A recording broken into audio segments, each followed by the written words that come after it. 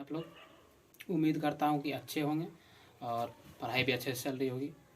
और साथ ही मैं ये भी उम्मीद करता हूँ कि आप पिछला 3 लेक्चर जो मैंने लाइट का अपलोड किया वो देख करके इस पार्ट को करेंगे, क्योंकि प्लेन मिरर पे आज हम लोग कुछ न्यूमेरिकल का बात करेंगे और स्फेरिकल मिरर पे रे डायग्राम को सीखेंगे।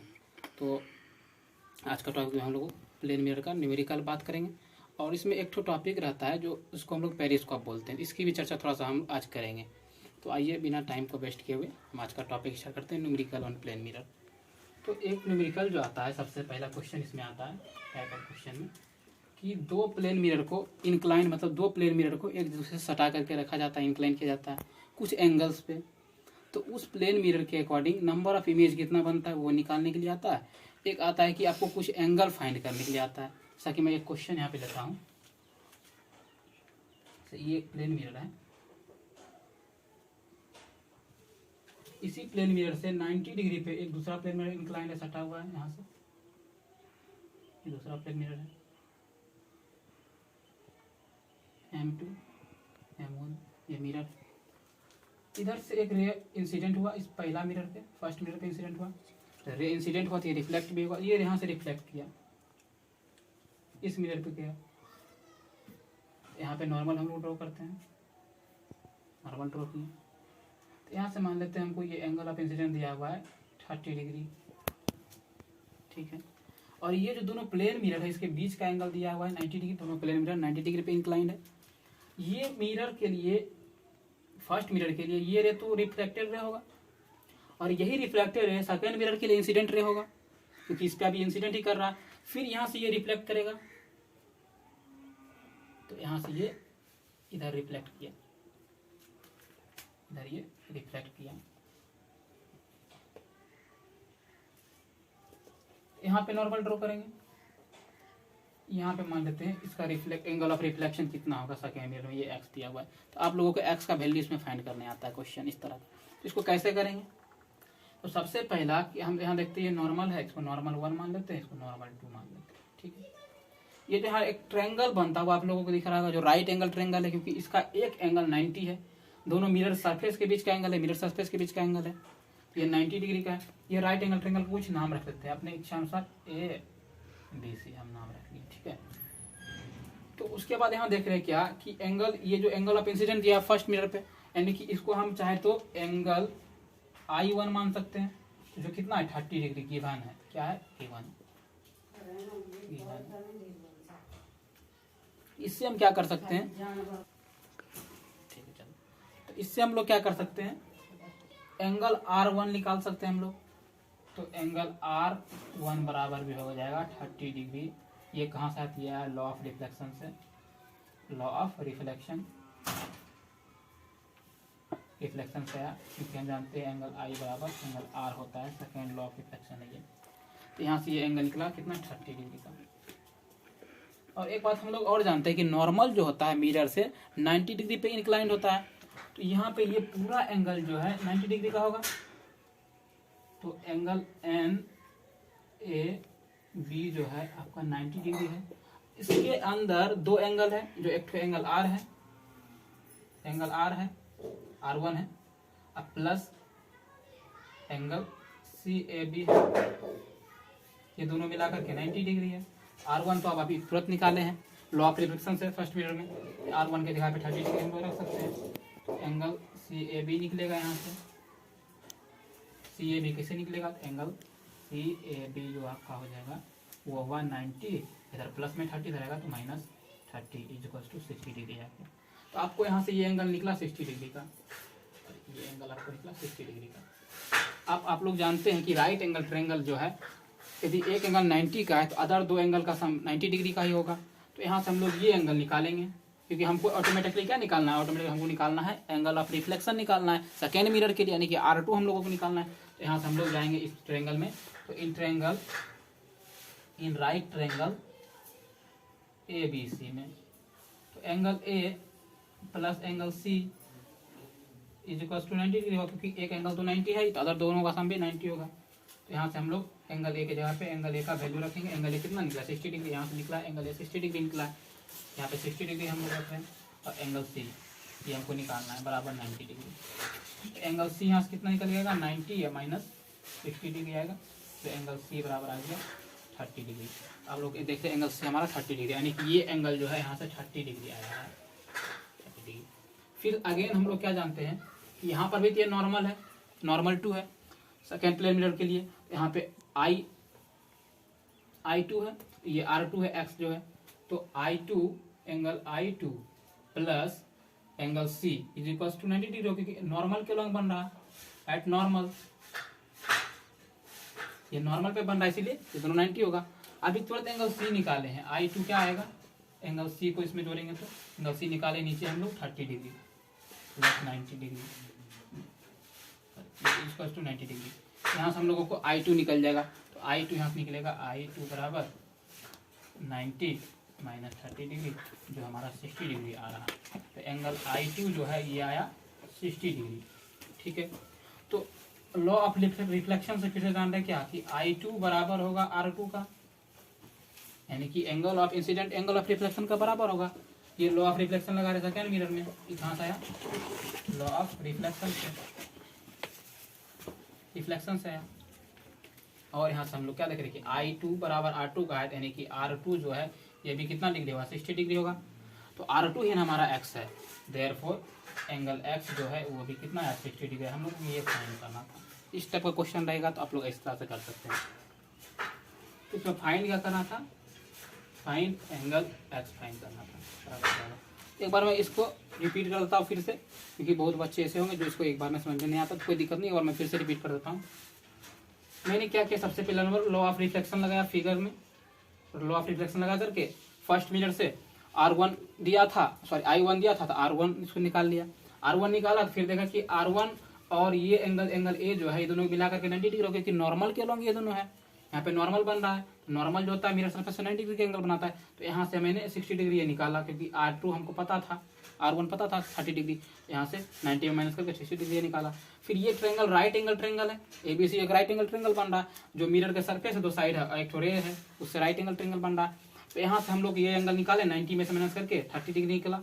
फिर 30 निकला, फिर देख रहे हैं कि सेकेंड मिरर में भी ये नॉर्मल है, तो यहाँ पे I2 और नॉर्मल के अलॉन्ग एंगल जो ये angle C, I2 plus C यहाँ पे मैंने किया, I2 प्लस C ये भी 90 डिग्री, क्योंकि एक नॉर्मल बन रहा है, ये भी नॉर्मल पे बन रहा है सेकेंड प्लेन मिरर में। तो यहाँ से हम लोगों को ये एंगल I2 हम लोगों को निकल गया। तो लॉ ऑफ रिफ्लेक्शन से फिर क्या किए कि I2 बराबर R2 किए, तो यहाँ से R2 निकल गया 60 डिग्री, और R2 ही हमारा x, अब ये x निकल गया। यदि आप लोगों को ये नोट करना है कर सकते हैं, मैं स्क्रीन पर लेना जैसा तो साइड हो जाता हूँ, ठीक है। तो उम्मीद करता हूँ आप लोग इसको लिख लिए होंगे, स्क्रीन पर ले लिए होंगे। तो मैंने एक क्वेश्चन बता दिया, तो ज़्यादा क्वेश्चन मेरे पास कराना संभव तो है नहीं, क्योंकि वीडियो बड़ा हो जाएगा। तो मैं कुछ आप लोगों को इसमें से कुछ क्वेश्चन होमवर्क दूंगा, आप लोग चाहे तो कर सकते हैं, उसका सॉल्यूशन होगा मैं अगले दिन डाल दूंगा, उसका आंसर मैं लिख दूंगा।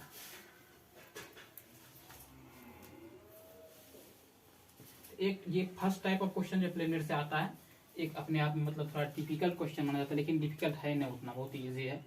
ये क्वेश्चन जो है NTSC में भी आता है, कई बार मैंने देखा है NTSC का एग्जाम जो होता है उसमें भी आता है इस टाइप का क्वेश्चन।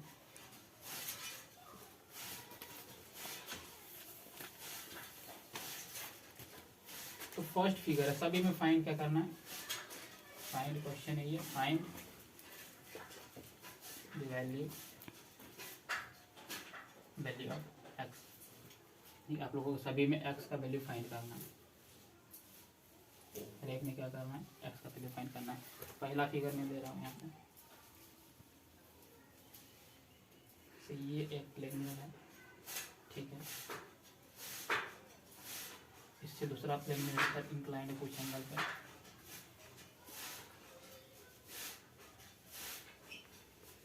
मान लेते M1 है, ये M2 है। इस पे रे एक इंसिडेंट हुआ, यहाँ से इंसिडेंट किया, इस पे इंसिडेंट किया, और ये रे इस मिरर पे गया, यहाँ पे ये फिर यहाँ से रिफ्लेक्ट इस तरह से, यहाँ से रिफ्लेक्ट करेगा,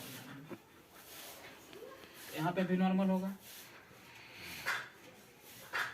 N2, और यहाँ पर भी नॉर्मल होगा N1। आप लोग इस दोनों मिरर के बीच का एंगल जो है ये दिया हुआ है 100 डिग्री, दिया हुआ ये एंगल 100 डिग्री। तो आप लोगों को फाइंड क्या करना है, फिर से यहाँ पे ये एक्स फाइंड करना है, यानी कि R2 ही फाइंड करना फिर से। तो सेम कॉन्सेप्ट है, बस सिर्फ ट्रायंगल चेंज होगा। यहाँ पे angle sum property of triangle का करके 180 करेंगे तो यहाँ से आपको ये एंगल निकल जाएगा। फिर वापस आप इसको एंगल अच्छी नॉर्मल के नाम इससे जोड़ करके ये निकालिएगा, फिर ये आपको निकल जाएगा। एक और क्वेश्चन,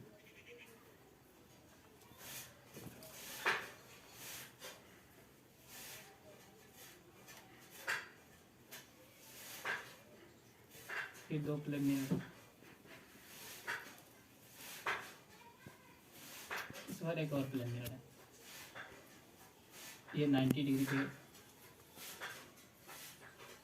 ये मिरर 1 है, ये मिरर 2 है, ये मिरर 3 है, ठीक है। यहाँ पे एक रे इंसिडेंट हुआ और इस पे गया, इस मिरर पे, यहाँ से फिर रिफ्लेक्ट किया, थर्ड मिरर पे गया, फिर ये रिफ्लेक्ट किया, तो यहाँ पर भी नॉर्मल होगा। और इसमें मैंने एक चीज़ दिया, एंगल ऑफ इंसिडेंट यहाँ पे मान लीजिए आप लोगों को दिया हुआ है, कितना है, ये आपको 20 डिग्री देता हूँ, 20 डिग्री दिया हुआ है, 70 लगा, 20 डिग्री यहाँ पे 20 डिग्री दिया हुआ। यहाँ पर एंगल ऑफ इंसिडेंट नहीं, आपको यहाँ पे मैंने ग्लेंसिंग एंगल ऑफ इंसिडेंट दे रहा हूँ मैं इसमें। ये मान लीजिए आप लोगों को दिया हुआ है 60 डिग्री का दिया हुआ है। फिर आप लोगों को क्या करना है, यहाँ पे भी नॉर्मल होगा, ये N1 है, ये N2 है, यहाँ पर भी नॉर्मल होगा, जो N2 भी है। आप लोग इसमें भी ग्लेंसिंग ऑफ रिफ्लेक्शन निकालना है थर्ड मिरर में, ग्लेंसिंग ऑफ रिफ्लेक्शन निकालना है थर्ड मिरर में, जो ये एंगल है, ये मान लीजिए आपका एक्स है। तो आप कैसे निकालेंगे, सबसे पहले क्या करना है, यहाँ से ये एंगल निकल जाएगा डायरेक्ट ही, और ये एंगल मैं आप लोगों को दे देता हूँ, जो कि क्या है 100 डिग्री, वापस से ये है, वापस से 100 डिग्री, ठीक है। तो ग्लेंसिंग ऑफ इंसिडेंट ग्लेंसिंग ऑफ रिफ्लेक्शन के बराबर होता है, इससे आप डायरेक्ट ये निकाल सकते हैं, यहाँ से आपको ये निकलेगा, फिर लॉ ऑफ रिफ्लेक्शन से इसमें लगेगा, ये निकल जाएगा, फिर वापस इस ट्रायंगल ये एंगल पता चल जाएगा आपको, ये निकलेगा तो वापस ये निकलेगा ग्लेंसिंग ऑफ रिफ्लेक्शन से। तो आप चाहे तो कर सकते हैं इसको, मैं इसका आंसर अगले दिन बता दूंगा, तो आप लोग मैच कर सकते हैं। और एक क्वेश्चन और आता है, ये आप लोगों का होमवर्क में है, उम्मीद करता हूँ आप लोग इसको जरूर से जरूर करेंगे। पीछे का कॉन्सेप्ट को चाहे आप रिवाइज कर सकते हैं, बार बार देख सकते हैं, लेकिन ये इंपॉर्टेंट क्वेश्चन एक तरह से इंपॉर्टेंट क्वेश्चन माना जाता है। एक क्वेश्चन और आता है सिंपल, एक एलिमेंट आपको दिया रहेगा, फिर इंसिडेंट किया, लैंग्वेज बहुत बड़ा रहता है क्वेश्चन का, फिजिक्स का क्वेश्चन का लैंग्वेज बहुत बड़ा रहेगा, लेकिन आपको लैंग्वेज पे नहीं जाना, क्वेश्चन पे जाना, कहना क्या रहा है क्वेश्चन, फिर मेन पॉइंट पे थीम पे जाना है कि क्वेश्चन का थीम क्या है, कहने का मेन सेंस क्या है। ये नॉर्मल है, ठीक है। यहाँ पे आपको ये एंगल दिया हुआ है, जो मान लेते हैं 40 डिग्री दिया हुआ है, ठीक है।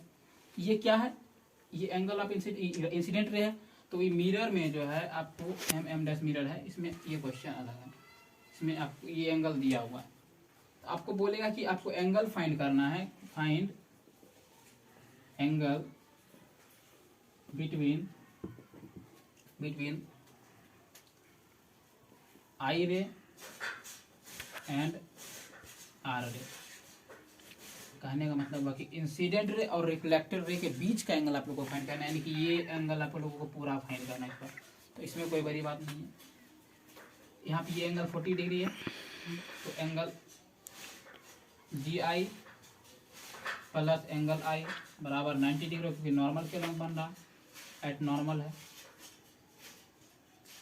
ठीक है। यहाँ से आप लोगों को GI दिया हुआ है, सॉरी GI दिया हुआ है, तो यहाँ पे I निकल जाएगा, ये 40 डिग्री है, ये प्लस एंगल I बराबर 90 होता है, आपको एंगल I यहाँ निकल के आएगा 50 डिग्री का, एंगल I आ गया 50, तो एंगल I बराबर एंगल R होता है,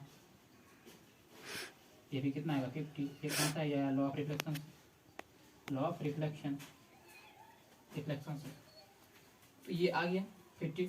हमको निकालना क्या है, I plus R, angle between incident या रिफ्लेक्टर, मतलब ये बोल रहा है आपको एंगल I और एंगल R को आप प्लस कीजिए, मेन सेंस है ये क्वेश्चन का, ये करेंगे आ जाएगा।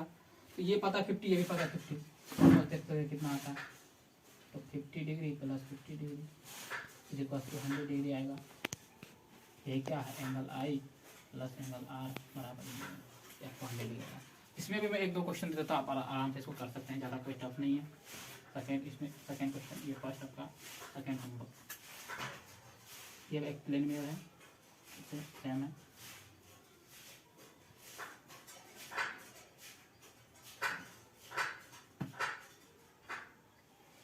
पर ये एंगल आप लोगों को 45 डिग्री दिया हुआ है।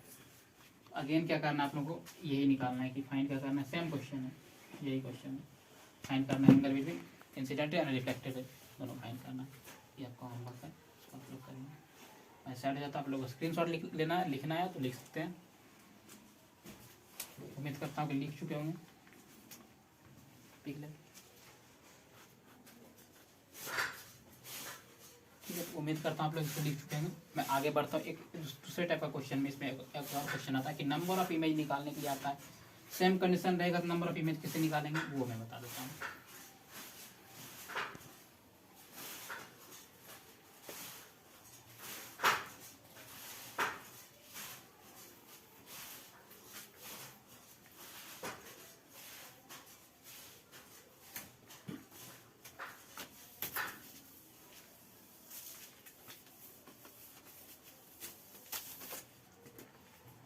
चलिए, सबसे पहले बात है कि दो प्लेन मिरर के क्वेश्चन क्या रहेगा, व्हेन टू प्लेन मिरर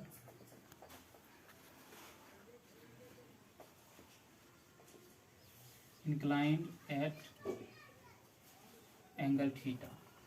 दो प्लेन मिरर को किसी एंगल थीटा का नहीं, मतलब कोई भी एंगल हो सकता है, 30 डिग्री 20 डिग्री, किसी भी एंगल पे इंक्लाइन करेगा। Then number of image between plane mirror,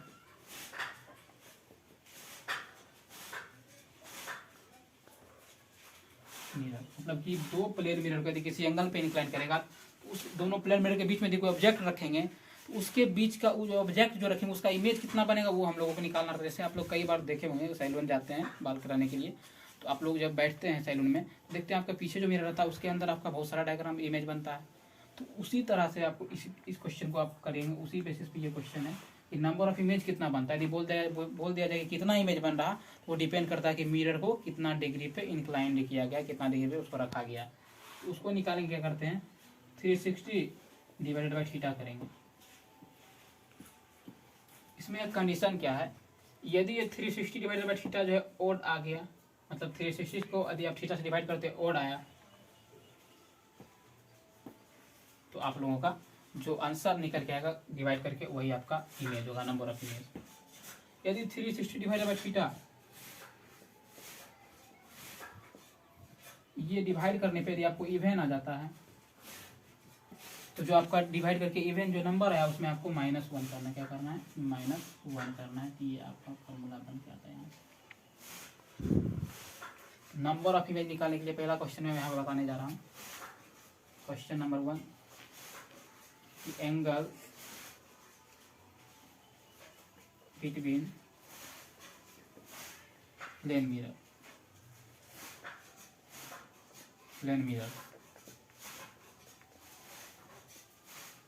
are, ये स्टार्ट कर लीजिए। फर्स्ट में 60 डिग्री दिया है, 45 डिग्री दे दिया, 90 डिग्री दे दिया, 180 डिग्री दे दिया। तो कैसे करेंगे, तो मैं एक बताऊंगा, आप लोग बाकी सब करेंगे। मैं उम्मीद करता हूँ आप लोग करेंगे भी। एक क्वेश्चन पे ले लेते हैं, हमको नंबर ऑफ इमेज निकालना है। तो नंबर ऑफ इमेज का फॉर्मूला क्या होता है, ये आप लोगों को याद रखना चाहिए। नंबर ऑफ इमेज निकालने के लिए क्या कर सकते हैं हम लोग, ये फॉर्मूला को यूज कर सकते हैं। नंबर ऑफ इमेज बराबर, फर्स्ट क्वेश्चन के लिए जा रहे हैं, नंबर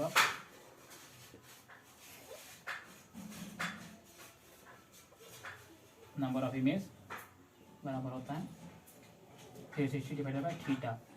थीटा का है एंगल बिटवीन प्लेन मिरर, तो एंगल बिटवीन प्लेन मिरर तो दिया हुआ, फर्स्ट आपका 60 डिग्री दिया हुआ, तो 360 डिवाइडेड बाई 60 डिग्री, यहाँ से 6 आ गया। तो 360 बटे थीटा जो हम लोग को आया, इवेन आया है। इवेन आएगा तो कंडीशन क्या करना है, -1 करना है, तो वो आप लोग का नंबर ऑफ इमेज आएगा। तो यहाँ पे नंबर ऑफ इमेज के लिए क्या करेंगे, 6 - 1 कर देंगे, तो आएगा 5, यानी कि 5 इमेज बनता है।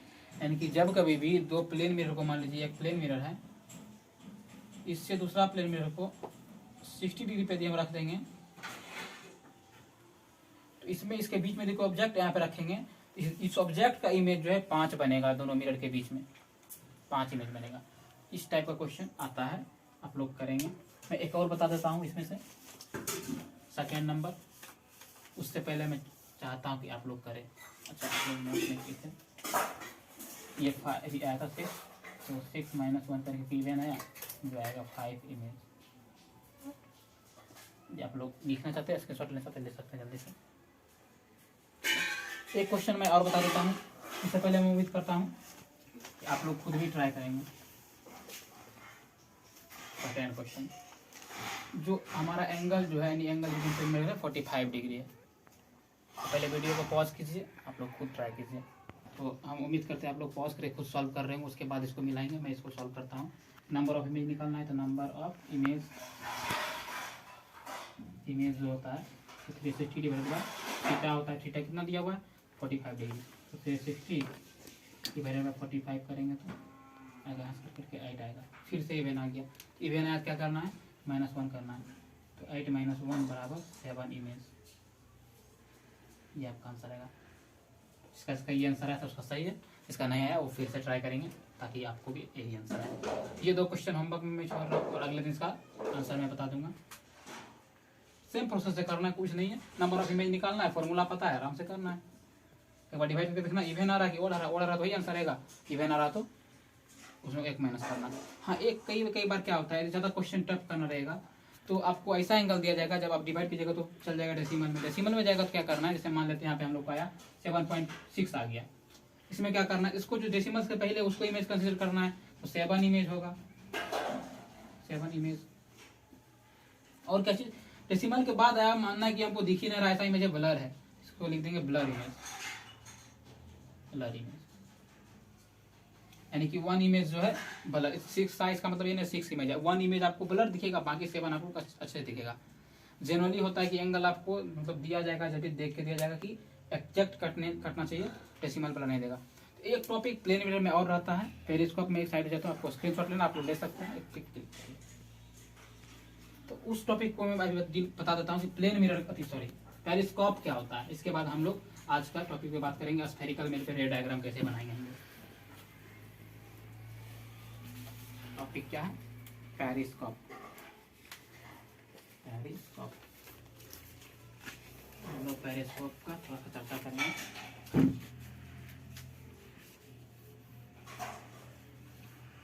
पेरिस्कोप ये है क्या?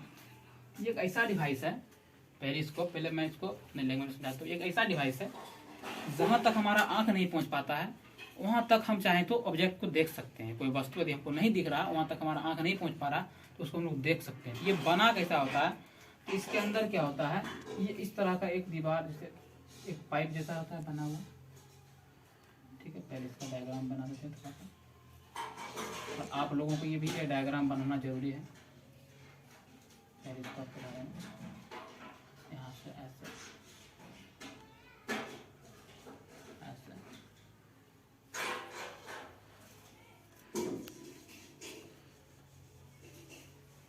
इसमें क्या होता है, इसे यहाँ पे मान लीजिए बाहर है, यहाँ बीच में दीवार है,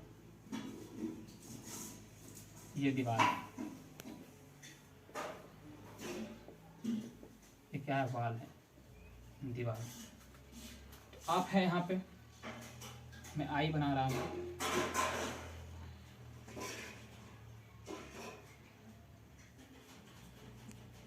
आई, यहाँ कोई व्यक्ति अपना आँख लगा के देख रहा है।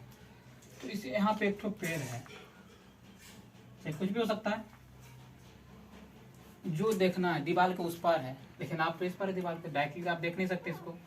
तो हम लोग उसके लिए पेरिस्कोप का यूज करते हैं। तो पेरिस्कोप में क्या होता है, इसके कॉर्नर पे, इस कॉर्नर पे प्लेन मिरर होता है, दोनों कॉर्नर पे 45 डिग्री पे इंक्लाइन होता है।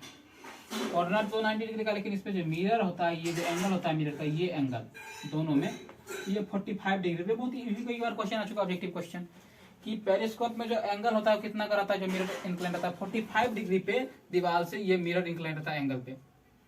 यानी मिरर को इस तरह से हम इस पे ऐसे फिट कर सकते हैं 45 डिग्री पे। इसमें क्या होता है, ये 45 डिग्री, यहाँ का एंगल कितना है, 45 डिग्री है कितना, ये दीवार है, तो ये पाइप रहता है, जबकि प्लास्टिक का बना रहता है। और एक चीज़ और हम लोग करते हैं, क्या चीज़, इसका जो अंदर इनर सरफेस होता है ना पाइप का या प्लास्टिक का जो भी है ऑब्जेक्ट, उसका इनर सरफेस ब्लैक रंग से कवर किया जाता है, क्योंकि ब्लैक कलर जो होता है हीट को एब्जॉर्ब करता है। मैं आगे जब पढ़ाऊंगा, कलर एंड विजन पढ़ाऊंगा इसी चैप्टर में, तो मैं बताऊंगा ब्लैक कलर होता है हीट को एब्जॉर्ब करता है। और यहाँ से जब लाइट, यहाँ से लाइट रे इससे मान लीजिए यहाँ से निकला, लाइट पर आता निकला, इस मिरर पे पारा पहले, इस मिरर से क्या होता है, रिफ्लेक्ट करेगा यहाँ से इस पे। जैसा कि आप लोग अभी सवाल ही बना रहे थे कि रे डबल प्लेन मिरर तो किस तरह से होता है, मतलब इमेज कैसे बनता है। ये रिफ्लेक्ट किया यहाँ से आया, तो फिर ये रिफ्लेक्ट करके इधर निकला बाहर, तो बाहर निकला, हमको क्या चाहिए था, आँख तक गया रिफ्लेक्टेड है, तो हम लोगों को इमेज दिखता है। ये जो है पेरिस्कोप इसी को बोलते हैं, मतलब कि जहाँ तक हमारी आई नहीं पहुँच, एक ऐसा डिवाइस है जो हम लोगों को मदद करता है वस्तु को देखने में, मतलब ऑब्जेक्ट को सीन करने में, कि वहाँ तक जहाँ पे हमारा आई नहीं पहुँच पाता है। तो इसका पहले यदि बोलेगा डिफिनेशन लिखने के लिए, लिखेंगे क्या, periscope is long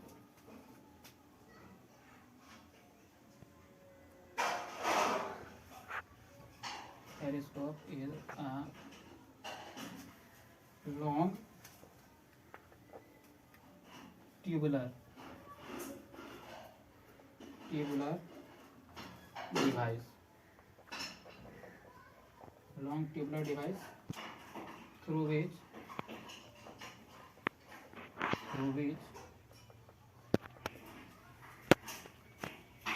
a person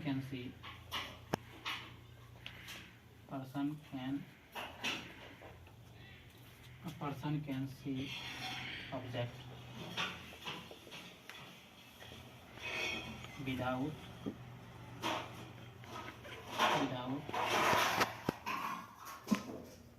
their eyes reach। मतलब कि पेरिस्कोप एक ऐसा लॉन्ग ट्यूब का बना हुआ, ट्यूब मतलब होता है प्लास्टिक या कोई भी ट्यूब का बना हुआ डिवाइस है, इसकी मदद से एक व्यक्ति जो है ऑब्जेक्ट को देख सकता है। कैसा object, without their eyes reach, मतलब जहाँ तक, वैसा ऑब्जेक्ट जहाँ तक उसका आंख भी नहीं पहुंच पा रहा, उसको देख सकता है पेरिस्कोप की मदद से। इसका उपयोग जो है हमारा सैनिक लोग करता है, हमारा सैनिक जो होता है सिपाही लोग इसका उपयोग करते हैं एनिमी को देखने के लिए। पहाड़ के पीछे छिपे रहते हैं, तो पेरिस्कोप को ऊपर निकालते इस तरह से, और उसको नीचे से यहाँ से देखते हैं, और ये जो अगला मुंह जो होता है उसको ऊपर रखते हैं। तो उससे क्या होता है, दीवार के पीछे छिप करके देख लेता है कि कोई एनिमी नहीं आ रहा या आ रहा या नहीं आ रहा, उसको देख सकते हैं हम लोग। ये जो है बेस होता है, it is base on multiple reflection. Multiple reflection का मतलब है कि लाइट का रिफ्लेक्शन बार बार हो रहा। पहला देखिए, एक बार यहाँ से इस मिरर पे रिफ्लेक्ट किया लाइट, फिर यहाँ आया, फिर रिफ्लेक्ट किया तो आई तक गया, यानी कि मल्टीपल रिफ्लेक्शन होता है। थोड़ा सा क्या होता है, इमेज का इंटेंसिव, इमेज जो होता है आप डायरेक्टली जो आई से देखते हैं वो, और जो पेरिस्कोप से देखेंगे उसमें थोड़ा सा फर्क आता है। फर्क क्या आता है, मैंने जब रिफ्लेक्शन ऑफ लाइट बता रहा था उससे पहले ही बताया था कि जब रिफ्लेक्शन होता है तो लाइट का इंटेंसिटी मतलब उसका चमक जो है फीका पड़ जाता है, हल्का सा एब्जॉर्प्शन होता है रे का। तो जब यहाँ पे दो बार रिफ्लेक्शन हो रहा तो जाहिर सी बात है मिरर सरफेस भी कुछ रे को एब्जॉर्ब कर लेता है, कुछ इंटेंसिटी इसका, इसलिए चमक फीका पड़ता है। जो ऑब्जेक्ट देखते हैं, जो कि जितना आप लोग खुली आंख से देख सकते हैं उतना क्लियर तो नहीं दिखता, लेकिन ऐसा दिखता है कि आप लोग पहचान सकते हैं आखिर से क्या ऑब्जेक्ट है। तो ये पेरिस्कोप में इतना जानकारी काफ़ी है। मैं उम्मीद करता हूँ आप लोगों को ये टॉपिक पसंद आया होगा या अच्छा लगा होगा। तो आप लोगों को यदि लिखना हो, स्क्रीनशॉट लेना हो, ले सकते हैं, मैं साइड जाता हूँ। इसके बाद हम लोग स्फेरिकल मेरे पे डायग्राम का बात करेंगे। मैं उम्मीद करता हूँ आप लोग स्क्रीनशॉट ले चुके होंगे, चाहे लिख चुके होंगे। अभी मैं टॉपिक स्टार्ट कर जा रहा हूँ, रे डायग्राम और स्फेरिकल मिरर, जो आज का हम लोगों का टॉपिक था। तो रे डायग्राम करते हैं। और फिजिक्स में जो मैंने न्यूमेरिकल दिया है, मैं उम्मीद करता हूँ आप लोग सॉल्व करेंगे, क्योंकि बिना न्यूमेरिकल का फिजिक्स बनाना ये संभव नहीं है।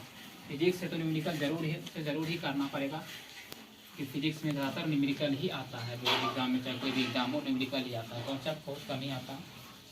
तो हम लोग आज चर्चा करेंगे अगला टॉपिक में रे डायग्राम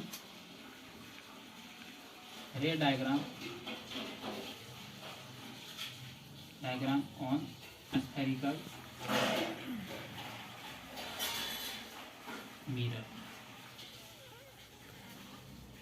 इससे पहले कुछ टूल्स में बताऊंगा, वो आप लोगों को याद रखना पड़ेगा। स्फेरिकल मिरर दो तरह का होता है, कॉनकेव और कॉन्वेक्स।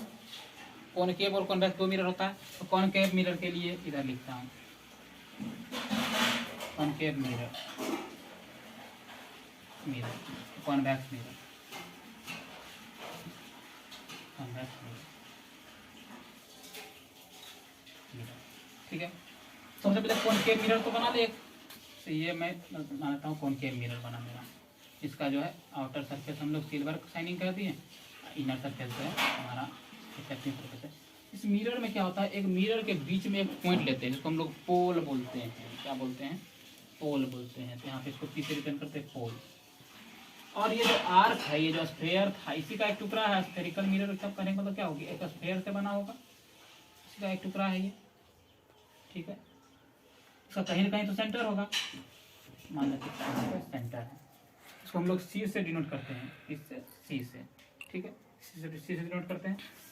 और क्या होता है, एक लाइन, इमेजिनरी लाइन हम लोग ड्रॉ करते हैं जो सेंटर से पोल तक ज्वाइन करता है, उससे आगे भी बढ़ता है। मतलब कि ये लाइन का मैं बात कर रहा हूँ, यहाँ से इसको ज्वाइन करने वाला लाइन इससे आगे बढ़ेगा।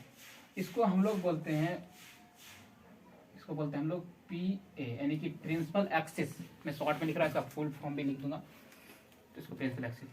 अब जो होता है, क्या बात होता है कि एक यहाँ से यहाँ तक का मतलब सेंटर ऑफ कर्वेचर इसको बोलते हैं। इसको क्या बोलते हैं? Centre of curvature. क्योंकि ये जो कर्व है, जो छोटा सा आपका जो मिरर है वो एक कर्व है, तो उसका जो सेंटर उसको बोलते हैं सेंटर ऑफ कर्वेचर। इसके सेंटर ऑफ कर्वेचर से लेकर के जो पोल का डिस्टेंस होता है, इसको हम लोग R से डिनोट करते हैं, इसको बोलते हैं हम लोग रेडियस ऑफ कर्वेचर। और एक बात क्या होता है, एक पॉइंट और क्या होता है कि सेंटर ऑफ कर्वेचर और पोल के बीच में, बिटवीन में, इन दोनों को सिर्फ ठीक बीच में एक हम लोग पॉइंट कंसीडर करते हैं, जिसको हम लोग फोकस बोलते हैं। क्या बोलते हैं? फोकस। इसको F से डिनोट करते हैं, कैपिटल F से। तो क्या बोलते हैं? फोकस। ये जो होता है ना फोकस, रेडियस ऑफ कर्वेचर का आधा होता है, रेडियस ऑफ कर्वेचर का आधा होता है। तो F जो होता है ना, वो होता है R/2, यानी कि रेडियस ऑफ कर्वेचर का आधा होता है। इसका प्रूफ भी होता है, लेकिन अभी आप लोगों को नहीं जानना है प्रूफ। इतना बात आप लोगों को याद रखना है। मैंने क्या सब बताया इसमें, सेम चीज इसे रिपीट होता है। तो कॉन्वेक्स मिरर में सेम चीज होता है, बस इसका इधर होता है, उल्टा चीज हो जाता है। मिरर ऐसे बनाएंगे, इसका मान लेते हैं इसका भी तो कहीं ना कहीं सेंटर होगा, स्फीयर से बना है तो स्फीयर का कहीं ना कहीं सेंटर होगा। मान लेते हैं यहाँ पे सेंटर है, तो सेम चीज दिखना है, सेंटर ऑफ कर्वेचर है ये। और इधर से इसको मैं ज्वाइन करूंगा इस लाइन को, इसका तो इनर सरफेस होगा, रफ सरफेस ये होगा, रिफ्लेक्ट इधर से थोड़ा सा लाइन को उसको बढ़ाऊंगा। इसको हम लोग क्या बोलेंगे? PA बोलेंगे, प्रिंसिपल एक्सिस। और इसका पोल यहाँ पे होगा, पोल यहाँ पे। तो फोकस मैंने क्या बताया, यहाँ से इस दोनों के बीच में फोकस होगा, फोकस होगा, ठीक है। और यहाँ से तक इसको क्या बोलते हैं? R बोलते हैं, capital R, radius of curvature बोलते हैं। एक एक करके हर एक पॉइंट को लिख देता हूँ। सबसे पहला मैंने क्या लिखा है? P। जो P क्या है? ये है पोल, पोल। और PA, इसके बाद क्या लिखा? C। तो क्या बोलता हूँ? Centre, centre of curvature, curvature, centre of curvature. और R क्या है? Radius of curvature. क्या बोलते हैं? Radius of curvature. जो कर्व है, यानी आपका जो मिरर जो स्फीयर का एक कर्व है, टुकड़ा छोटा था, उसी का रेडियस को क्या बोलते हैं? रेडियस ऑफ कर्वेचर बोलते हैं। और सेम चीज इधर भी होगा। PA क्या है? प्रिंसिपल एक्सिस,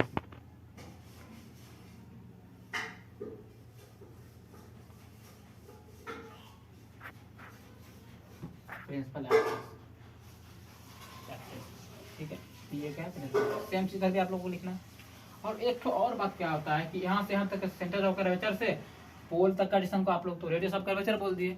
तो यहाँ से मतलब फोकल लेंथ जो मैंने बोला, F नहीं लिखा, F लिख देता हूँ। F को क्या बोलते हैं?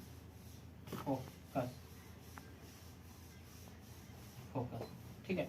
तो फोकस से पोल के बीच का डिस्टेंस भी तो कुछ बोलना चाहिए। इसको हम लोग स्मॉल f से डिनोट करते हैं, इसको हम लोग बोलते हैं क्या चीज? तो बोलते हैं फोकल लेंथ। क्या बोलते हैं? स्मॉल f क्या है? स्मॉल f है फोकल लेंथ, फोकल लेंथ, ठीक है।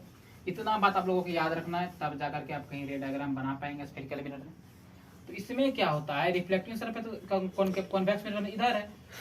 इसमें हम लोग जो इमेज रखेंगे, इसका सब तो फोकस, सेंटर ऑफ कर्वेचर, पोल सब तो इधर पड़ रहा है लेफ्ट साइड में। इधर तो इमेज बनेगा नहीं, इसका इमेज जो इधर ही बनेगा, जब भी बनेगा रिफ्लेक्शन तो इधर है। इसमें क्या होता है, इसमें दो ही केस होता है, मतलब कि एक तो हम इन्फिनिटी पे ऑब्जेक्ट को इन्फिनिटी मतलब कि जहाँ से रे बहुत दूर से आती है उसको कंसिडर करते हैं इन्फिनिटी।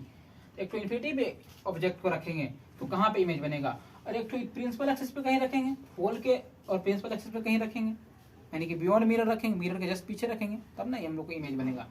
तो इसमें दो केस होता है, लेकिन इसमें क्या होता है कि आपका रिफ्लेक्टिंग सरफेस तो सामने का साइड है, यानी कि राइट साइड पर रहा, रिफ्लेक्टिंग सरफेस आप लोग कौन साइड, राइट साइड पर रहा, तो रिफ्लेक्टिंग सरफेस राइट साइड पढ़ने के कारण क्या होता है, पहले आप इन्फिनिटी पे सेम किसी इन्फिनिटी पे इमेज रखिएगा, फिर क्या होगा कि आप थोड़ा सा आगे बढ़िएगा इन्फिनिटी से, आपका सेंटर ऑफ कर्वेचर के पीछे आएगा, तो इसको हम लोग बोलते हैं बियॉन्ड सी, ऑब्जेक्ट रखेंगे बियॉन्ड सी को।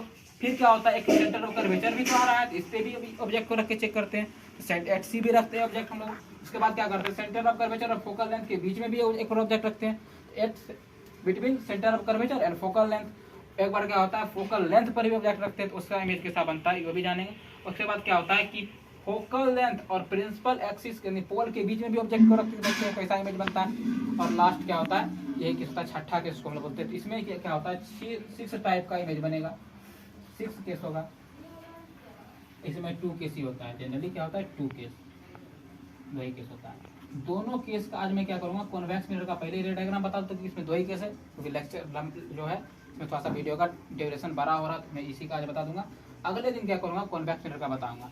उससे पहले मैं फटाफट कुछ पॉइंट को लिखाऊंगा, आपको लिखना हो तो लिख सकते हैं, नहीं लिखना हो तो आप स्किप भी कर सकते हैं। और जनरली 8 क्लास का बच्चा चाहेगा तो इस टॉपिक को स्किप भी कर सकता है, क्योंकि उसको 10th में फिर से पढ़ना ही है। यदि आपका इच्छा है तो पढ़ भी सकते हैं। तो मैं आज आप लोग को इसको लिखना है, लिख लीजिए। इसमें भी सेम चीज़ आपको लिखना है, आर क्या है, एफ क्या है और स्मॉल एफ क्या है। यहाँ से यहाँ तक इसमें क्या बोलते हैं, स्मॉल एफ बोलते हैं, स्मॉल एफ, ठीक है। आप नोट कर सकते हैं, मैं साइड से तो उसको पॉज करो, ठीक है। हेलो फ्रेंड्स, मैं कुछ पॉइंट्स जो है मिरर में छूट रहा था, मैं इसको नोट कर लिया हूँ, लिख करके लाया हूँ, ताकि वीडियो का ड्यूरेशन लंबा नहीं हो। मैं इसको एक एक करके सबको एक्सप्लेन कर देता हूँ, और आप लोग मैं साइड हो जाऊँगा, वीडियो को थोड़ा सा कैमरा को नज़दीक लाऊंगा, ताकि आप लोग इसको लिख सके अच्छे से लेटर देख करके। तो पहले मैं एक एक करके हर एक पॉइंट को एक्सप्लेन कर देता हूँ, फिर आप लोग इसको नोट कर सकते हैं। सबसे पहला पॉइंट है अपर्चर। तो वो आप पूछिएगा भैया आप लोग ये तो नहीं बताते अपर्चर क्या होता है। अपर्चर क्या होता है, ये जो हमारा जो लेंथ है, ये सरफेस है ये मिरर का, इसको अपर्चर हम लोग बोलते हैं। मतलब जैसे ये मान लेते हैं आपका जो कॉनकेव मिरर, ये हमारा कॉनकेव मिरर है, तो इस तरह का होगा। ये जो पूरा सरफेस है, ये रिफ्लेक्शन के लिए जो सरफेस बाकी है पूरा ये लाइन नहीं है, ये पूरा 3D में पूरा सरफेस है। ये पूरा सरफेस जो है जिस पर रिफ्लेक्शन ऑफ लाइट होगा, किसमें, स्फेरिकल मिरर, उसको हम लोग क्या बोलते हैं, अपर्चर बोलते हैं। तो वही मैंने यहाँ लिखा है कि the portion available for reflection, मतलब कि ऐसा पोर्शन किसी दोनों प्लेन स्फेरिकल मिरर में ऐसा पोर्शन जो रिफ्लेक्शन के लिए अवेलेबल है, उसको हम लोग क्या बोलते हैं, अपर्चर बोलते हैं। और अगला पॉइंट है पोल। पोल क्या है, तो लिखे it is the geometrical centre of the reflecting surface. यहाँ पे है ये रिफ्लेक्टिंग सरफेस, यानी कि रिफ्लेक्टिंग सरफेस क्या, अपर्चर। ये अपर्चर का एक ज्योमेट्रिकल सेंटर है, उसको हम लोग क्या बोलते हैं, पोल बोलते हैं। बस उसी को हम लोग पोल बोलते हैं, पोल का डिफिनेशन लिख सकते हैं आप तो चाहे तो। अगला पॉइंट है centre of curvature. Centre of curvature क्या है, ये जो पूरा जो स्फेयर है जिसका हम लोग मिरर काट करके लाए हैं, स्फेयर है जिसका मिरर काट करके लाया है, इस स्फेयर का सेंटर को ही क्या बोलते हैं, सेंटर ऑफ कर्वेचर बोलते हैं। तो क्या लिखते हैं, it is the centre of a sphere of which the mirror forms a part. मतलब कि ये उस स्फेयर का सेंटर है जिसका कि मिरर एक टुकड़ा है। मतलब कि ये जो मिरर हम लोग स्फेयर का काट करके बनाते हैं, इसीलिए स्फेरिकल मिरर बोलते हैं। उसी स्फेयर का सेंटर को क्या बोलेंगे, सेंटर ऑफ कर्वेचर बोलेंगे। क्योंकि अब जो सेंटर जो स्फेयर का, अब तो ये पूरा स्फेयर का सेंटर नहीं रहा, सिर्फ एक कर्व का सेंटर है, इसलिए हम उसको क्या बोलते हैं, सेंटर ऑफ कर्वेचर बोलते हैं। अगला पॉइंट है प्रिंसिपल एक्सिस। तो प्रिंसिपल एक्सिस आप बता ही चुके थे, ये जो लाइन है ये, इसको हम लोग क्या बोलते हैं, पीए। ये लिखे कि straight line passing through centre of curvature and pole. मतलब कि पोल से होकर के सेंटर ऑफ कर्वेचर को पास करते हुए स्ट्रेट लाइन जाएगा, तो क्या बोलेंगे, प्रिंसिपल एक्सिस बोलेंगे। और अगला टॉपिक है फोकस। अब फोकस तो दोनों मिरर में हो सकता है, कॉनकेव और कॉन्वेक्स में भी। तो कॉनकेव के लिए अलग लिखा है और कॉन्वेक्स के लिए अलग लिखा है। तो फोकस पहले कॉनकेव के लिए जानते हैं, फोकस इसको हम लोग प्रिंसिपल फोकस भी बोलते हैं, प्रिंसिपल फोकस,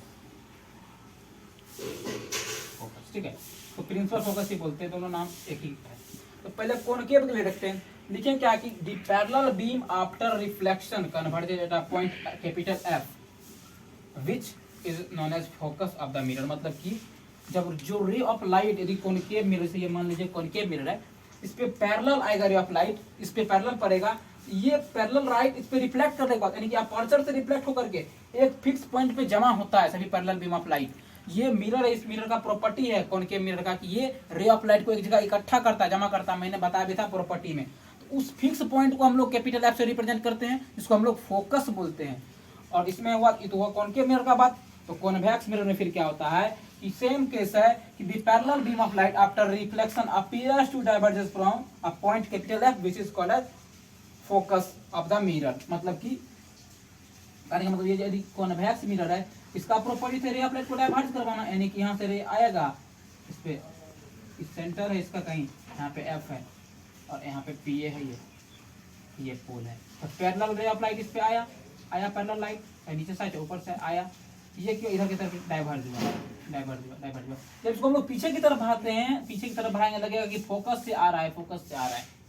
इसका मतलब ये इसका प्रॉपर्टी है डाइवर्ज करने का कॉन्वेक्स मिरर का, जो क्या करता है कॉन्वेक्स मिरर की ऐसा प्रॉपर्टी, जिससे मतलब कि पैरेलल बीम ऑफ लाइट जब आएगा इसके सरफेस पे पड़ेगा, इसकी इस सरफेस पे मान लीजिए पड़ेगा, इस पे पड़ेगा इस सरफेस पे, तो लगेगा क्या कि ये जो डाइवर्ज होगा, मतलब जो फैल रहा है, इसका काम तो फैलाना है, जो फैलेगा रे लगेगा कि आपको देखने से लगेगा कि ये फोकस से आ रहा है फैलता हुआ।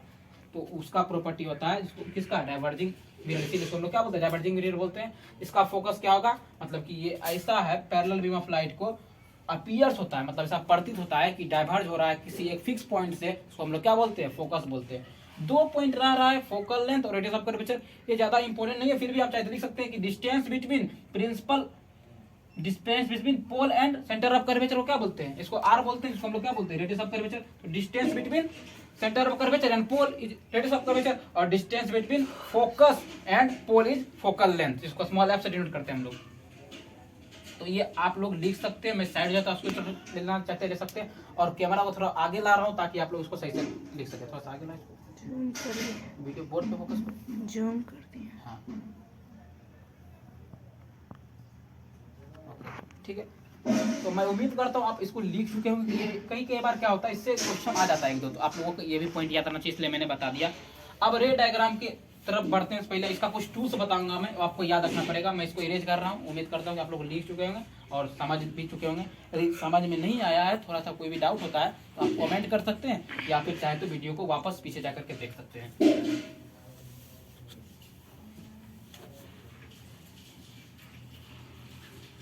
आज मुझे लगता है कि आज मैं रे डायग्राम को बता नहीं पाऊंगा, उससे पहले क्योंकि टूल्स बताना जरूरी है, टूल्स ज्यादा इंपॉर्टेंट है। तो टूल्स बता देता हूँ रे डायग्राम के लिए।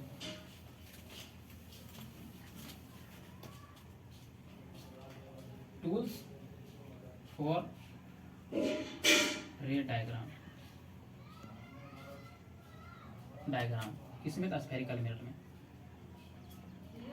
Spherical mirror. 4 टूल्स बताऊंगा, 4 लॉ। सबसे पहले एक स्फेरिकल मिरर में इधर कॉनकेव लिखता हूं, कॉनकेव इधर कॉन्वेक्स। पहला क्या है, इससे पहला एक कॉनकेव मिरर बनाना पड़ेगा, तो कॉनकेव मिरर बना लेते हैं। मैं हाथ से बना रहा हूँ, आप लोग आर्क से बनाएंगे, एक फिक्स लेंथ लेकर के इसको घुमा करके बनाएंगे, इस तरह से इसको रिप्रेजेंट करेंगे। और हर एक पॉइंट को अब बीच में इसका सेंटर लेना है, सेंटर लेकर के इसको हम लोग पोल मानना है। पोल से यहाँ पे एक लाइन इसको ड्रॉ करेंगे ऐसा, जहाँ पे आप आर्क रखे तो उसको आप सेंटर ऑफ कर्वेचर मानेंगे। मतलब जैसे आप ये आर्क पकड़ के इसको से आप ऐसे घुमाइएगा, ये जो आपका आर्क जो यहाँ से घूमेगा, यहाँ से घूम के आएगा, ये चलने रहा इस पर, तो यहाँ जो आपका ये जो नेल आप यहाँ पे रखिएगा आर्क का, ये आपका सेंटर ऑफ कर्वेचर होगा। ठीक है, तो आप इस तरह से करके करेंगे ताकि आप लोगों का डिस्टेंस बराबर हो। और इसको हम सेंटर ऑफ कर्वेचर माने, तो यहाँ पे क्या होगा, यहीं पे फोकस होगा, इसके दोनों के बीच का डिस्टेंस को ना करके इसका आधा कर लेंगे, फोकस हो जाएगा। यहाँ पे पी है। अब क्या होता है, कुछ रे आता है पैरेलल आया, पैरेलल आता है, इन्फिनिटी से आता है पैरेलल रे, पैरेलल आया, इस पे आया। ठीक है, इधर ये बना लेते हैं कॉन्वेक्स मिरर।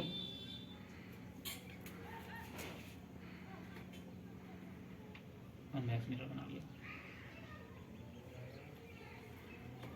यहाँ पे कहीं सेंटर होगा, यहाँ पे पोल है, यहाँ पे एफ होगा इसका, ये पी ये तो है ही।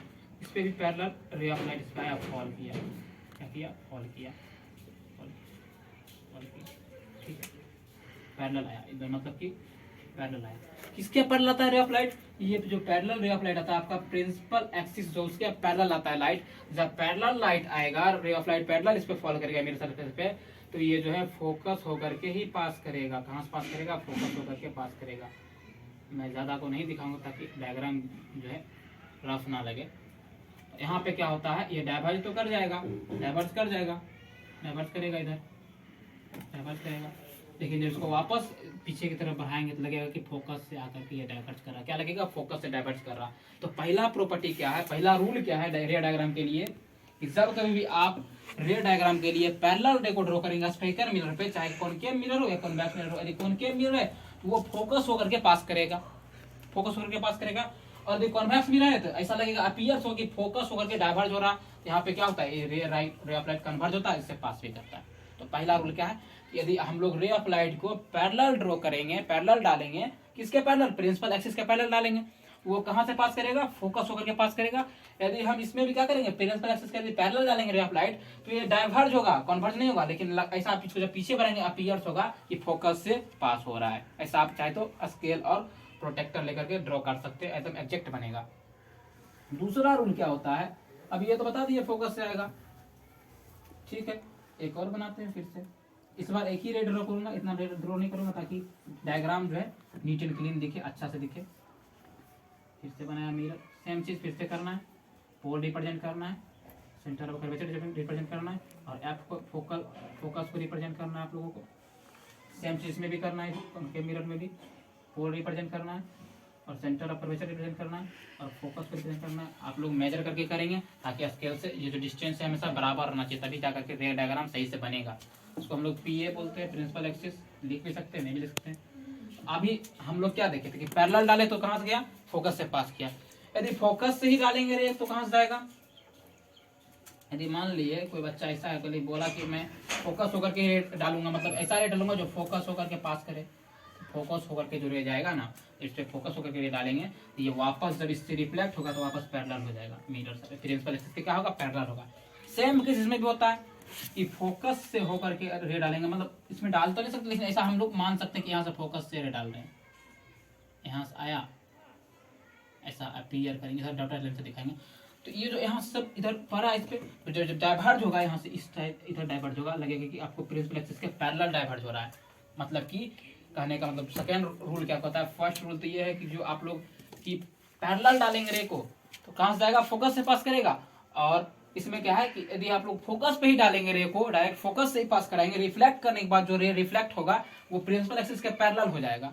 इसमें भी क्या है, इसमें आप यदि अपीयर करके ऐसा अपीयर मान के चलेंगे कि आप फोकस से रे डाल रहे हैं, फोकस पे रे डाल रहे हैं, तो आपको ऐसा दिखेगा कि ये जो रिफ्लेक्ट करेगा प्रिंसिपल एक्सिस के पैरेलल हो जाता है। ठीक है, ये दूसरा रूल है, ये भी आप लोगों को बहुत इंपॉर्टेंट रूल है, रे डायग्राम बनाने के लिए इंपॉर्टेंट रूल है। अब बारी आता है तीसरा क्या है, चलो तीसरा के लिए भी पहले क्या करेंगे, मिरर को बना लेते हैं, दोनों साइड को मिरर को बना लेते हैं।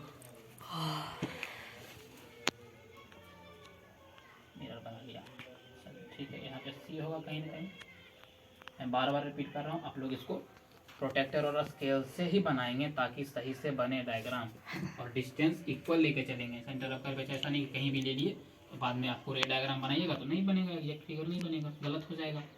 तो ऐसा नहीं करना है, एग्जैक्ट मान करके चलना है। सेंटर कहाँ पे है, फोकल लेंथ दोनों के बीच का डिस्टेंस मान के चलना है। अब क्या होगा, इसमें जो होता है कि आपको ऐसा मान के चलना है कि हम अब जब जो होता है रे डालेंगे ना, उस सेंटर ऑफ कर्वेचर से भी डाल सकते हैं। तो जब सेंटर ऑफ कर्वेचर से रे डालेंगे, ये जो सेंटर ऑफ कर्वेचर जब रे यहाँ पे डालेंगे, यानी कि सी से डाल रहे रे को, तो वापस क्या होगा, जो वापस सी से डालेंगे रे को, ये बहुत इंपॉर्टेंट है। सी से डालेंगे तो वापस ये रिफ्लेक्ट करेगा इसी डायरेक्शन में, सी से ही। और इधर भी क्या होगा, ऐसा सिर्फ आप मान के चल रहे कि सी से डाल रहे हैं, लेकिन यहाँ पे लगेगा कि सी पे जा रहा है, फोकस कहाँ पे होगा, सी पे।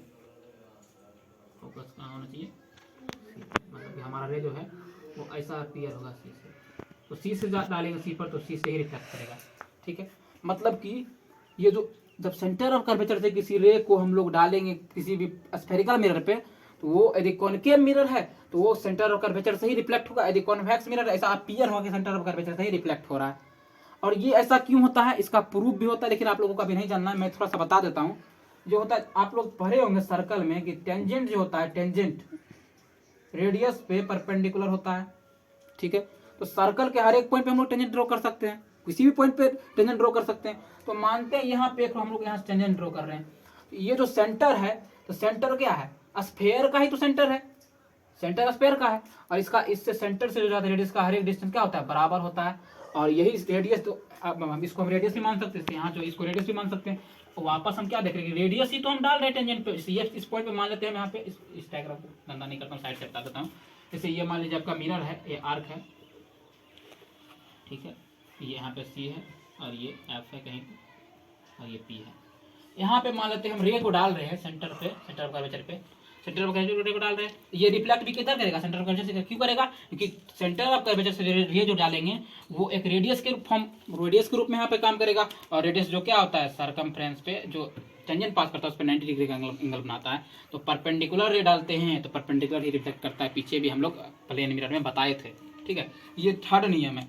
और एक सबसे लास्ट है जो दोनों में काम आएगा, वो तो आप लोग जानते भी होंगे, इसको मैं सही से बना देता हूँ टूल्स के लिए। लास्ट है चौथा, कि यदि आप लोग रे जो है ये पी सेंटर ऑफ कर्वेचर और फोकस, इधर भी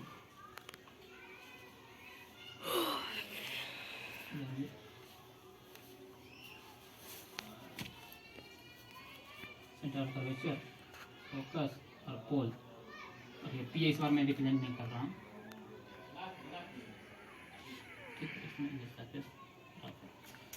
यदि रे को हम डायरेक्टली क्या करता है, पोल पे डालेंगे, पोल पे डालेंगे, ये कैसे जाएगा। तो यहाँ आप लोग देख रहे हैं कि ये पोल जो है सेंटर ऑफ कर्वेचर से पोल है, और ये लाइन है पी, यानी कि प्रिंसिपल एक्सिस जो है, ये तो इससे 90 डिग्री होगा, क्योंकि यहाँ पे सेंटर है, सेंटर से रेडियस क्या होता है 90 डिग्री होता है, तो पता था। और यहाँ से जो रे डालते हैं हम लोग, इसको हम लोग मान के चलते हैं जो प्रिंसिपल एक्सिस इस कंडीशन में क्या होता है, प्रिंसिपल एक्सिस हमारा नॉर्मल का काम करता है। तो यहाँ पे ये जो यहाँ पे जो एंगल बना के आता है, एंगल आई इसको मान लेते हैं, और एंगल आई बराबर एंगल आर का लॉ ऑफ रिफ्लेक्शन को फॉलो करते हुए यहाँ से ये रे आगे बढ़ता है। यानी कि इस केस में क्या होगा कि एंगल आई बराबर एंगल आर यहाँ पे फॉलो होगा। इस केस में क्या होगा, एंगल आई बराबर एंगल आर को फॉलो करेगा। यानी चौथा रूल क्या है, जब कभी आप रे को पोल पे डालिएगा तो पोल पे डालने के कारण क्या होता है कि जितना एंगल ये प्रिंसिपल एक्सिस से बनाता है उतना ही एंगल प्रिंसिपल एक्सिस से बना करके रिफ्लेक्ट भी करता है, जितना एंगल से इंसिडेंट किया प्रिंसिपल एक्सिस से बना करके उतना ही एंगल से बना करके रिफ्लेक्ट भी करता है। यानी कि लॉ ऑफ रिफ्लेक्शन यहाँ पर भी फॉलो होता है। और इसमें भी क्या होगा, जब पोल पे हम लोग रे को डालेंगे, डायरेक्ट पोल पे डालेंगे, ये रिफ्लेक्ट करेगा, रिफ्लेक्ट करेगा, रिफ्लेक्ट करेगा, जितना एंगल पे आप लोग पोल से डाल रहे हैं यहाँ पे रे को, ठीक उतना ही डिग्री का एंगल बना करके ये रिफ्लेक्ट भी करेगा। यानी कि यहाँ पर भी एंगल आई है तो एंगल आर होगा। इस केस में क्या होता है, एंगल आई बराबर एंगल आर होता है। जब कभी भी रे को पोल पे डालेंगे, मैं लैंग्वेज नहीं लिख रहा हूँ, और आप लोग फिगर से समझेंगे कि जब कभी भी एंगल आर होता है, एंगल आई बराबर एंगल आर का होता है, और ये भी एंगल आई बराबर एंगल आर का होता है। जब कभी भी हम लोग रे ऑफ लाइट को पोल पे डालेंगे तो क्या करेगा, वो पोल पे जितना एंगल बना करके प्रिंसिपल एक्सिस से आ रहा उतना ही एंगल बना करके जाएगा। अब क्यों बोले प्रिंसिपल एक्सिस से आ रहा, क्योंकि यहाँ पे हम लोग जब भी प्लेन में देखते थे, हम नॉर्मल बनाते थे 90 डिग्री पे, तो यहाँ पर जो ये प्रिंसिपल एक्सिस होता है ये भी तो परपेंडिकुलर होता है प्रिंसिपल फोकस पोल से, तो परपेंडिकुलर होता है, इसको हम नॉर्मल कंसीडर कर लेते हैं, और ये एंगल आई बराबर एंगल आर को फॉलो करते हुए आगे बढ़ता है। तो आप लोग इस डायग्राम को बहुत ही अच्छे से नोट करेंगे। मैं साइड हो जाता हूँ, आप लोगों को यदि इसको लिखना हो, और लिखना क्या जरूरी है, लिखना जरूर लिखें आप लोग, तो लिख सकते हैं। मैं साइड हो जाता हूँ, थोड़ा सा आगे करो कैमरा, ठीक है। तो मैं उम्मीद करता हूँ आप लोग इसको नोट कर चुके हैं। एक लास्ट टॉपिक बच रहा है, मैं उसको बता देता हूँ, जो प्लेन मिरर का टॉपिक है। मैं बताना चाह रहा था लेकिन स्किप कर गया था, तो मैं बता देता हूँ उसको, शायद उससे क्वेश्चन आ जाए। तो ये रूल्स याद रखना पड़ेगा आप लोगों को रे डायग्राम के लिए, तभी आप लोग स्फेरिकल मिरर में रे डायग्राम को कंसिडर कर पाएंगे। और आप लोग क्या करता है, इस रूल को, ये जो फिगर है, इसको आप लोग कम से कम 4 बार जरूर, 4 टाइम्स प्रैक्टिस करेंगे, 4 टाइम्स ड्रॉ करेंगे।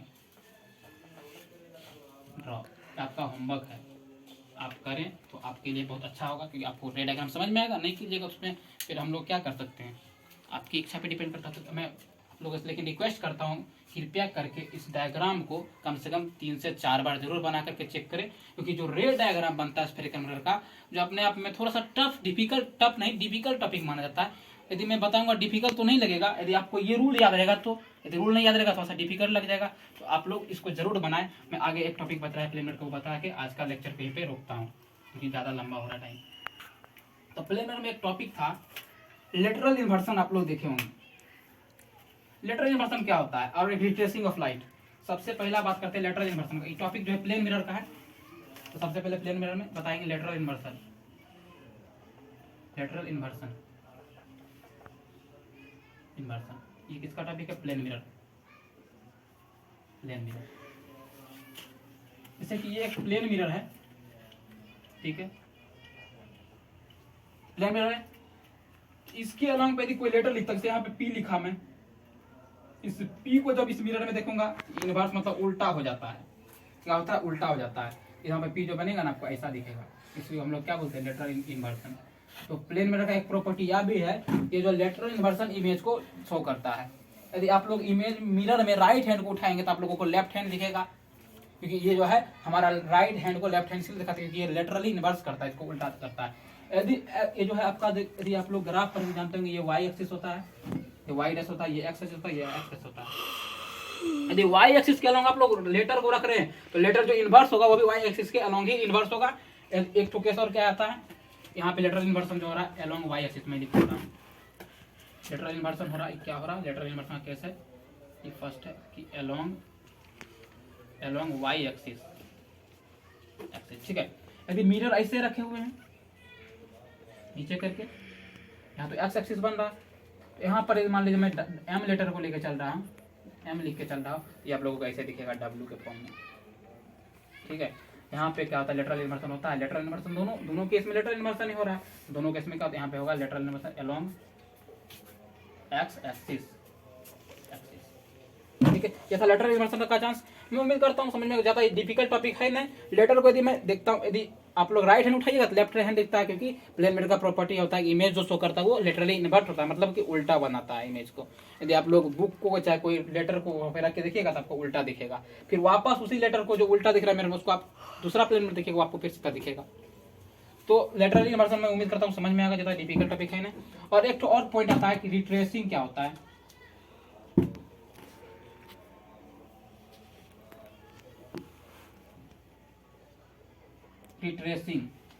रिट्रेसिंग एक अलग नाम है, कुछ ज्यादा खास नहीं है। इसको बोलता है, आप लोग इससे भली बात ही परिचित हैं, मैं कई बार बता चुका हूँ, बस केयर नहीं किए होंगे कभी। MM10 मिरर है, जब रे ऑफ लाइट यहाँ पर जो 90 डिग्री फॉल करेगा ना मिरर पे, तो 90 डिग्री पर भी रिफ्लेक्ट करता है। इसकी फेनोमेना को हम लोग क्या बोलते हैं? रिट्रेसिंग ऑफ लाइट बोलते हैं। बस यहाँ पे क्या होता है, इस केस में क्या होता है? रिट्रेसिंग ऑफ लाइट हो रहा है। क्या हो रहा है? रिट्रेसिंग ऑफ लाइट, मतलब कि जब परपेंडिकुलरली रे किसी प्लेन पर फॉल करेगा तो परपेंडिकुलरली वो रिफ्लेक्ट करता है। इस केस में क्या होता है कि एंगल आई बराबर एंगल आर होता है, लेकिन कितना बराबर होता है? 0 डिग्री के बराबर होता है, क्योंकि नॉर्मल के अलॉन्ग ही फॉल करता है, तो एंगल आई बराबर एंगल आर 0 होता है। तो मैं उम्मीद करता हूँ आप लोगों के आज का ये आपको लिखना है या स्क्रीनशॉट ले सकते हैं। मैं उम्मीद करता हूँ आज का टॉपिक आप लोगों को समझ में आया होगा। और आज का टॉपिक थोड़ा सा एक तरह से बोला जाए क्रिटिकल है, तो आप लोग वीडियो को हो सका 2 बार ये भी देख सकते हैं, कोई दिक्कत नहीं उसमें। फिर भी यदि कोई डाउट होता है आप लोग कमेंट सेक्शन में मेंशन करें। तो आज के लिए इतना ही रखते हैं, अगले दिन हम लोग स्फेरिकल मिरर का डायग्राम को बनाएंगे। उससे पहले लेकिन आप लोगों को रूल्स याद रखना पड़ेगा, टूल्स जो बताया डायग्राम बनाने के लिए वो जरूर याद रखें, ताकि आप लोगों को डायग्राम समझ में आए। और आज के लिए इतना ही रखते हैं। Keep learning, stay curious. Thank you for watching.